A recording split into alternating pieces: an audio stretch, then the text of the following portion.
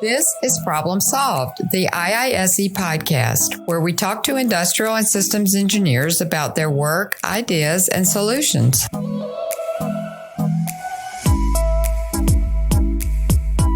Hey everyone, welcome to Problem Solved, the IISE podcast, part 2 of our triple episode premiere.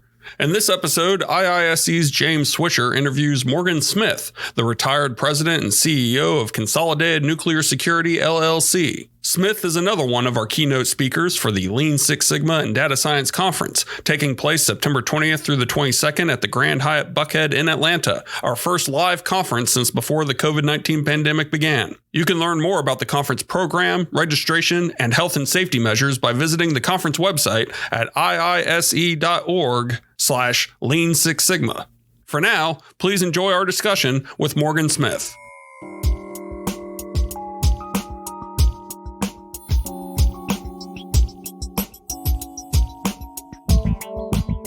Please join me in welcoming Morgan Smith to the show. Morgan, thank you so much for joining us. Thanks, James. It's good to be with you. Can you tell us a little bit about yourself and in particular, how you decided to pursue a career in nuclear power of all things? Sure. So I grew up in York, Pennsylvania. And in high school, I would say it was a physics teacher that influenced me probably both towards engineering and even more importantly, just going to college. Right. I was first generation really to go to college. And he gave me a vision and he sort of gave me a push. And I went that path. Now, I didn't know much about engineering. Frankly, I didn't know much about college majors. And so I went to a civil engineering presentation that they had at the high school. Yeah. And I liked working with my hands. I liked building things. So that led me the path of, well, I guess I'll major in civil engineering. Right. So I went off to college, went into civil engineering as my major. And I have to admit, I didn't really enjoy college. In my junior year, I dropped out. I'll be darned. And so during the summers when I was in college, I had worked as a millwright helper in a paper mill and did other production work. And so once I dropped out, within a week, I was back at the paper mill working full time as a millwright helper. Sure. And during that time, the people that I worked with, predominantly the other millwrights, the carpenters, machinists, whoever they may be, pushed me hard that, hey, son, you have an opportunity we never had. You're sort of a fool for having dropped out. And you need to go back to college at some point. And they continued to pressure me. And over time, ultimately, I made that decision. I did go back and finish up a civil engineering degree. Now, at the time I got out of college, there weren't really many civil engineering jobs because, at least at that time, civil engineering seemed to be more episodic as far as there were jobs or not jobs. Right. But my advisor had received a call from the Naval Nuclear Propulsion Division of Westinghouse in Pittsburgh, Pennsylvania. And he was asked to give a recommendation for somebody to come or to at least be interviewed to come. And he gave them my name. And so they called me. We did the interview. And ultimately, I was hired at the Plant Apparatus Division of Westinghouse. Wow. And began my career there on nuclear components. And over time, I just got involved. And what started as a job really out of necessity in some regards, because when I got out of college, I needed work, became a passion and a lifelong pursuit. And so from there, the career evolved into managerial assignments and then sort of several naval nuclear sites, and then ultimately in the nuclear weapons program. And the rest is history, as they say, right? Yeah, the rest is history, as they say. So, I guess maybe to answer your question more succinctly or directly, I didn't get into the nuclear industry as a decision. Right. It happened. It was a job necessity. And from there, the passion and the drive and the desire developed. Sure. And then, as you said, the rest became history. So many things in life seem to be that way, though. You have a mentor or somebody who gives you a push in a direction, and you discover your passion. You discover what you're good at. So it's great that you had that physics teacher, and great that you had that advisor who helped kind of guide your path and set you in the direction that you wound up being very, very successful in. I appreciate that. I do believe that there's a quote from a gentleman, Charlie Tremendous Jones, from years ago. And it goes along the lines of, you'll be the same 5 years from now as you are today, except for the people you meet and the books you read. That's really profound. What you've just pointed out, the people you met along the way are the ones that, in my case, really helped shape. I'm very thankful and blessed that they crossed my path and I crossed theirs. Yeah. Wow. That's great. That's great. I love that quote. Well, kind of shifting gears, your experience in the nuclear industry, you've had a lot of great experience. You've worked with a lot of different engineers across all disciplines. What are you seeing in terms of how industrial and systems engineers are playing a role in nuclear security today? Well, obviously, nuclear work, nuclear security are significant systems integration issues across the whole spectrum. It requires careful design and careful implementation. And an awful lot of disciplines have to come together to make things work and make them work well. Yeah. However, so often in our various individual disciplines, that's not necessarily how we think. I'll take nuclear security and maybe just give it a phenomenal oversimplification, but then as well use it as an illustration. So if I'm just a security person, what do I want? I want absolute security. I want the materials all contained. I want them controlled. I'd prefer if they never move. I just keep them locked up. Right. And that's when I feel the best about where it is from a security standpoint. If I'm the production guy, I want free access to the materials. I want them when and where I need them. Right. And I want as minimal constraints as possible to get this work done. Sure. Each one is individually happy if they get what they want, but as a system, we don't function at all. So the systems engineering, the industrial engineering, the systems thinking, and I almost often just refer to it as systems thinking, is so essential to get work completed in the most effective and efficient, but yet compliant manner. And compliant is certainly in all the disciplines essential, but effective and efficient is also essential if we're going to be productive and accomplish the missions that are before us.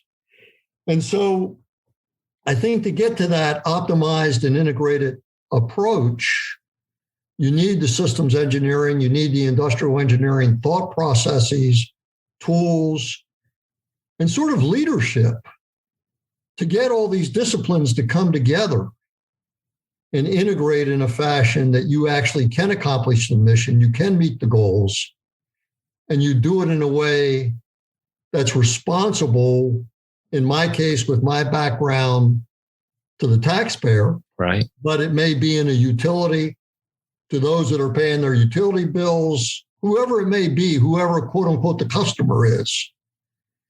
Without that integrated approach and the thought processes around an integrated system, the sub-optimization just costs in service, time, and money. So I think the systems and industrial engineering have to come to the forefront in those type of situations. Yeah, I think you're 100% right. It reminds me of the beach ball analogy. You know, if I'm standing on the red part of the beach ball, all I see is red, and if you're standing on the blue part, all you see is blue. So we've got to figure out how to take that macro view and understand how did we work as a system, and what are our goals overall, as opposed to just our kind of individual function goals. I think that's really insightful. Absolutely. Well, we were focused at our Lean Six Sigma and Data Science conference on both, sort of systems thinking and also how we're using data in industry. How about on the data analytics side? Are you seeing that becoming a bigger part of how we make industry safer and more efficient? I see data analytics as a very key aspect of the future. I think in many of our industries, we have a lot of data. We don't necessarily know what to do with it or how to use it. Right. And so I actually think this is an area where we need additional vision and leadership as to what is the realm of the possible. And this is an area that I was very focused on before I left my prior job, although I must say I didn't accomplish near as much as I would have liked, because I really believe that for those of us that have grown up in the industry and we don't really even understand all the available tools in data analytics, it's hard to develop that vision. Right. And so I think we need the entry-level data analytical people, but we also need those that have the experience in industry but understand the data analytics very well to help guide and set the vision for the future.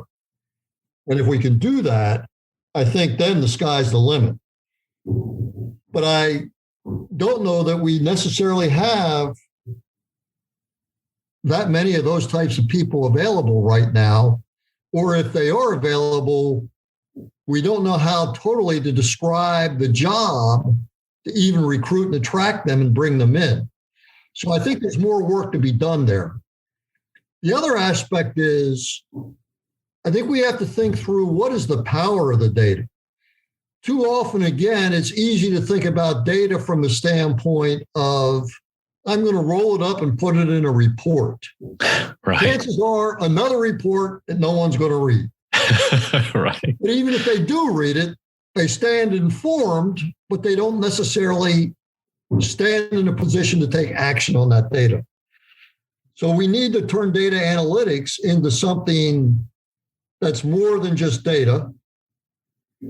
We need to have vision, and then we need to have the behaviors that take that data, act on that data with the vision, change systems, build systems, make decisions.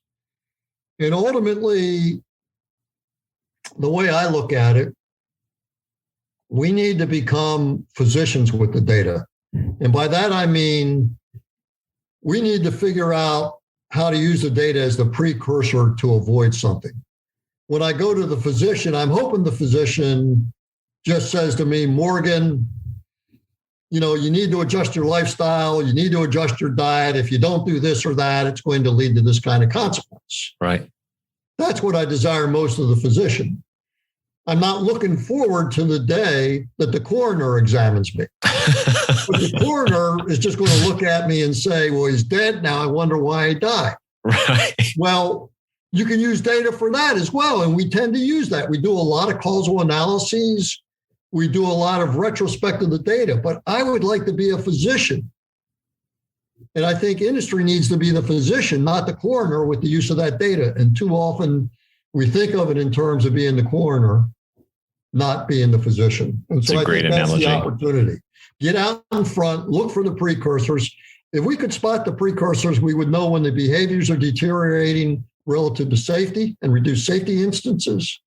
We would know when it's a precursor to sort of moving the wrong direction in an industrial product production sequence or a quality sequence, and how to get in front of it and stop it before you have the issue.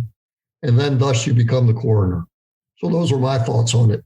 Well, I think you're spot on. Really, how do we move from a retrospective analytics perspective to a predictive analytics perspective? I think you're spot on.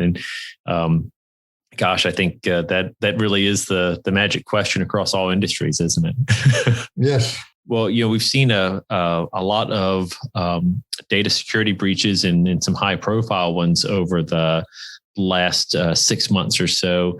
How do you see the role of analytics and systems thinking in helping to prevent those, or maybe finding ways to minimize the impact of those? I think I'll start with the systems thinking aspect. It's interesting when you think of all the disciplines, and we think of data breaches as either a cybersecurity, typically, or an IT issue. But in reality, in any industry, in today's world, I think all of us have to think that we play a role actually in every discipline. I sometimes term it as we all have to behave as the owners. The owner is worried about everything. The hired help is just worried about their specific thing. But we need to behave as the owners. And if we do, then we recognize that it's everyone's responsibility. That's where, to me, the systems approach comes in, because even the user can be the one that opens the door for the data breach to occur. Right. Especially when you're working in high security environments. And so we all need to accept that ownership. But I think we have to spend the time then to have people understand the entire system and not just view it as, well, cybersecurity will take care of it, or IT will program it such that it can't happen. You'll never make it perfect, and there'll always be opportunity. So we need to own it as a system. Now, you can use the data, interestingly enough, to see what your user and what your other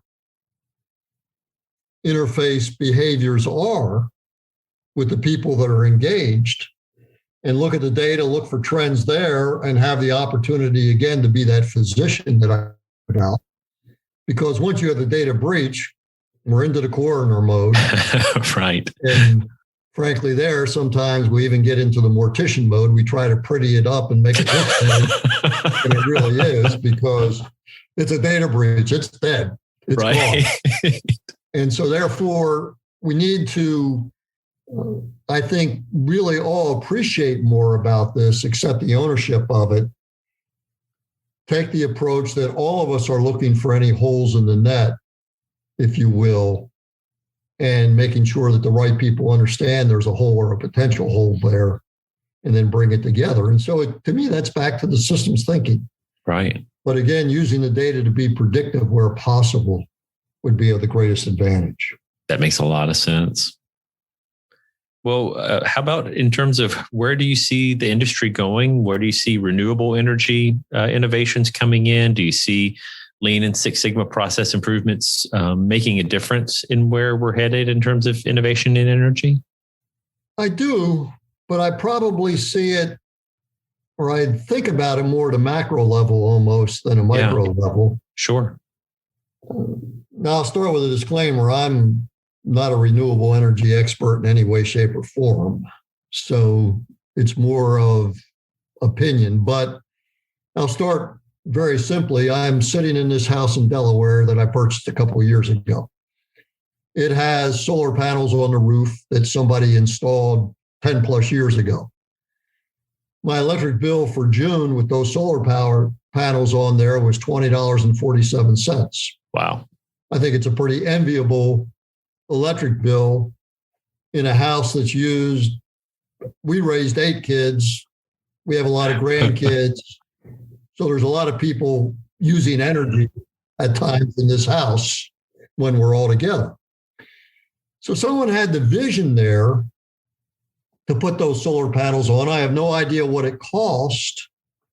I'm a beneficiary. Here, the power company, the utility company is very beneficial to it, because they take and give you credit for the excess power that you produce. And that's how you get such a low energy bill. Right. However, in the number of blocks on this street, I've only ever seen one other house that has the solar panels. So I can say there's a lot of advantage. There appears to be a lot of advantage, but I don't see much use. Right. Now, why is that? I don't know. I don't know whether it's the cost of installation, which I really don't know what it is. whether it's a lack of education or understanding of the benefits. But again, it gets back to embrace that renewable energy. It's a systems thinking process. And it's an understanding of all the data or a presentation of all the data in a way that people can accept it. The big debate where I'm sitting right now is whether or not wind turbines go out in the ocean. And I'm sitting about 300 feet from where the water breaks on the Atlantic. The wind turbines will be a number of miles out if they go in as proposed, but obviously a lot of people do not want the wind turbines. So again, it's a form of renewable, not necessarily accepted. Geothermal, I think, is accepted because you can't see it by and large. But it's expensive today to put it in. So again, our system has to be, how do we look at things holistically? How do we use the data to portray it and gain the acceptance? I think there's a lot more technological capability right now than we're using.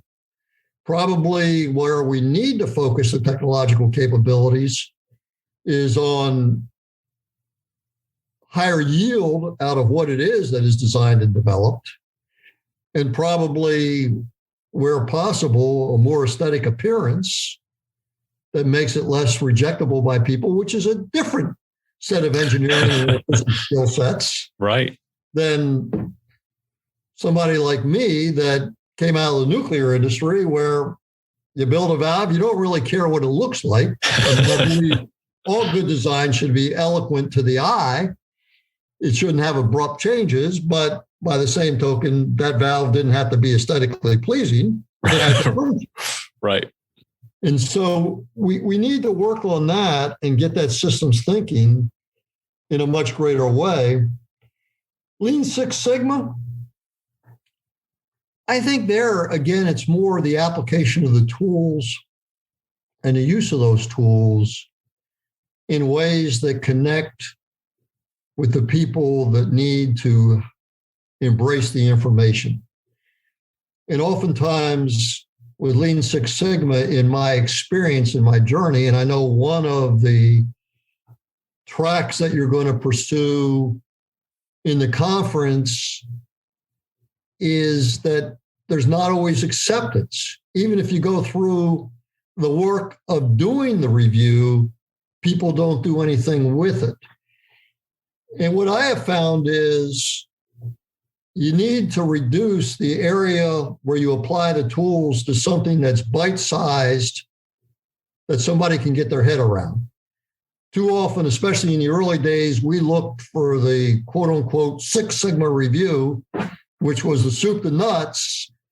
People couldn't get their head around it, and the lean portion wasn't at the forefront. I'm a big believer in the lean. Let's go attack something that's bite-sized. We can manage the data, we can get our head around it, and we can go. And how you apply that into the renewable energy, I'm not sure, but I think a lot of the resistance to data and a lot of resistance to the tools is often the inability to communicate it in a way that resonates with a person that you're trying to communicate to. That's a great point. So that's where I think the opportunity is. Well, I think that's really, it's a thoughtful response, Morgan. And gosh, I think that you could apply that across so many different fields in our society today. Folks' inability to understand or grasp data. I think we have to do a much better job making the data accessible to folks so that they can make smart decisions. And as you say, be that physician and not that coroner. So I think you're definitely on the right track. I think the other aspect today, playing a little bit off of your comment, is we've grown increasingly suspect of the source of data. Yeah. And that is going to be problematic as we move forward, because without trust in the source of data, you won't gain acceptance. Great point. I think for those of us that are in the profession,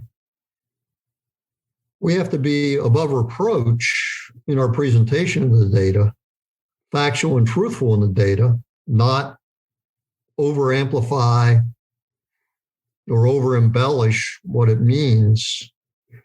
Because once you lose that trust and faith in those that are providing the information in today's world, it just will not go anywhere. It's a great point. And I think that's one of those lessons that's sometimes difficult to learn as a young engineer. You've learned all these technical skills and the data inside and out, but building trust with folks so that they can trust that data, they can make sound decisions based on that. That's a learned skill, I think, and probably not a skill that many folks come out of their university programs with. Yeah, I agree. And I do think that that's ultimately, there's a lot of things we can't control, but we can control our own behaviors. And thus, in some regards, we can control the reputation we earn by how we present the data and what we do with it. Great point. And I think that's a very lean way of thinking as well, that so much of the foundation of lean is respect for people. And part of respect is building relationships and building trust. Well, speaking of that, I am really excited about your keynote address at our Lean Six Sigma and Data Science Conference this year. I'm wondering if maybe you can give us a little sneak peek of what you're planning to talk about. Well, first off, an open disclosure, I'm still formulating my thoughts. I had a college roommate who said, if you wait till the last minute, it only takes a minute to do. Yeah, well, I put a lot more than a minute in it, but sometimes I don't know what I'm going to say till I say it, which is a bad thing. But I know it'll focus, number one, on continuous improvement, which I think is at the core of actually looking over the conference and the tracks that are planned. It's at the core of many of the tracks that are planned. And I think that I want to go the direction with that oftentimes in continuous improvement, we think about tools and methods. However, without both the desire to do something with it and then follow on behaviors that are actually going to embrace and do something with it, it doesn't really change anything. And it's sort of, I can buy new tools and stick them in my toolbox that do amazing things. But if I never pull them out and I continue to do it the same old way I did it before, I haven't really changed anything, even though I own new tools. And I can go to a conference and talk about these tools with some degree of authority, as long as no one ever asks me, well, how do you use it? And so I always want to focus on the aspects of continuous improvement where we're actually embracing and doing something with that, with which we've learned. I also focused on systems thinking and integration and turning data into action. Again, I've seen a lot of data collection over the years, and I've seen it compiled and rolled up, but oftentimes I've seen very little done with it. Yeah. And as well, I've seen it looked at more from the perspective of the individual disciplines as opposed to with the system thought process on what does this really mean as a system. And so hopefully I'll have some useful remarks along those lines, because I really believe that the future leaders in industry are going to be the ones that think from a systems perspective, number one. Number two, gain a vision out of data, not just the ability to analyze data. And that vision is what's so important in leadership. And then using that data in a preventive and diagnostic way as opposed to just a look back way to do a causal analysis or to analyze why performance wasn't where you want it to be. Because I think ultimately the key is problem avoidance and value creation. Yeah. And that's what leaders, the best of leaders, are off to do. And so I think your conference is focused a lot on that. I think the people that learn how to do these things in the most significant way will be the greatest of the future leaders. And for sure, we need those future leaders. And future leaders aren't just those that sit on the top of a company. There are leaders at every level. And one of the things I'm a big believer in is the best of leaders are those that can influence others. Right. And influence does not necessarily come from the power of position. It comes from your ability to articulate ideas, make them compelling based on what you understand, which is that systems perspective, the use of data, and that continuous drive to always improve. And so those are the type of thoughts I hope to convey. But as well as I continue to refine them, I'll look for you to also tell me whether I'm on the mark and how with what else you're planning for the conference. It sure sounds like you are. I'm really excited to hear your keynote presentation, and I know all of our attendees will be as well. It's going to be a great conference, and really appreciate you sharing your wisdom. You've got so much knowledge across so many different domains, and really appreciate your perspective. So I'm looking forward to it very, very much. Well, thank you, James. I'm looking forward to it as well. Thanks for listening to this episode of Problem Solved, the IISE podcast, a production of the Institute of Industrial and Systems Engineers in Metro Atlanta. This podcast is produced by David Brandt, Keith Albertson, and Michael Hughes, and edited by David Brandt. You can listen to all episodes of Problem Solved and learn about sponsorship opportunities by visiting our website, podcast.iise.org. You can also learn more about IISE at the Institute's website, www.iise.org.